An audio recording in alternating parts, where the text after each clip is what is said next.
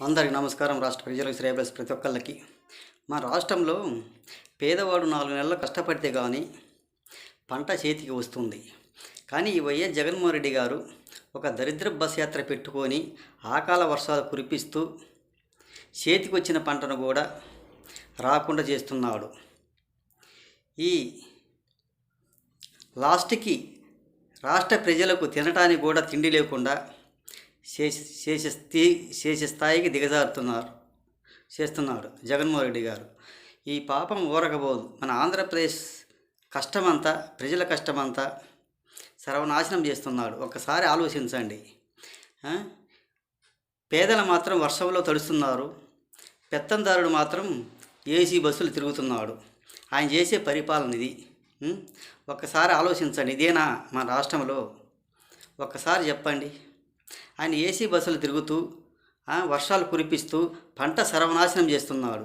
చేతికి వచ్చిన పంట కూడా తినడానికి చేతికి రావటం లేదు. చేతికి రాకుండా ఊరక పోతుంది పంట. ఇది ఎక్కడైనా సరిపోతుందా? ఒక హాస్పిటల్లో ఉన్న రోగిని స్ట్రెచ్చర్ ఎక్కించి తీసుకొచ్చి ఏంటి ఈ విధంగా చేయటం? ఒక రోగిని తీసుకొచ్చి స్ట్రెచ్చర్ మీద తీసుకొచ్చి బస్సు యాత్ర కాడికి తీసుకొచ్చి చూపించడం ఎలా సాధ్యపడుతుంది? ఇదేం సాధ్యమేనా? ఇది ఎప్పటికీ సాధ్యం కాదు. ఈ జగన్మోహన్ రెడ్డి గారు ఆయన చేసే పరిపాలన అంతా, ఆయన చేసే రాజకీయం అంతా ఒక దిగజారుడు రాజకీయాలు. ఒక్కసారి చెప్పండి, ఇదేమన్నా సరైందేనా? ఇది సరైనది కూడా కాదు. మన రాష్ట్ర ప్రజలు ఒకసారి ఆలోచించండి.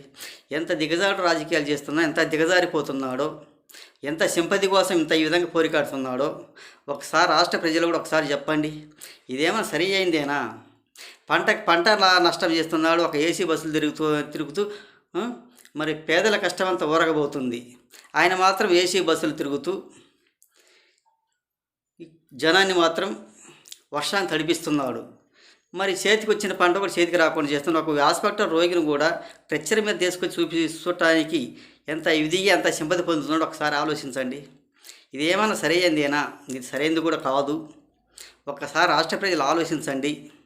ఎలా వేయాలి, ఏ విధంగా వేయాలి ఓటు అని తెలియపరుస్తూ రాష్ట్ర ప్రజలకి, శ్రేయస్ ప్రతి ఒక్కళ్ళకి హృదయపూర్వక ధన్యవాదాలు తెలియజేస్తూ సెలవు తీసుకుంటాను నేను.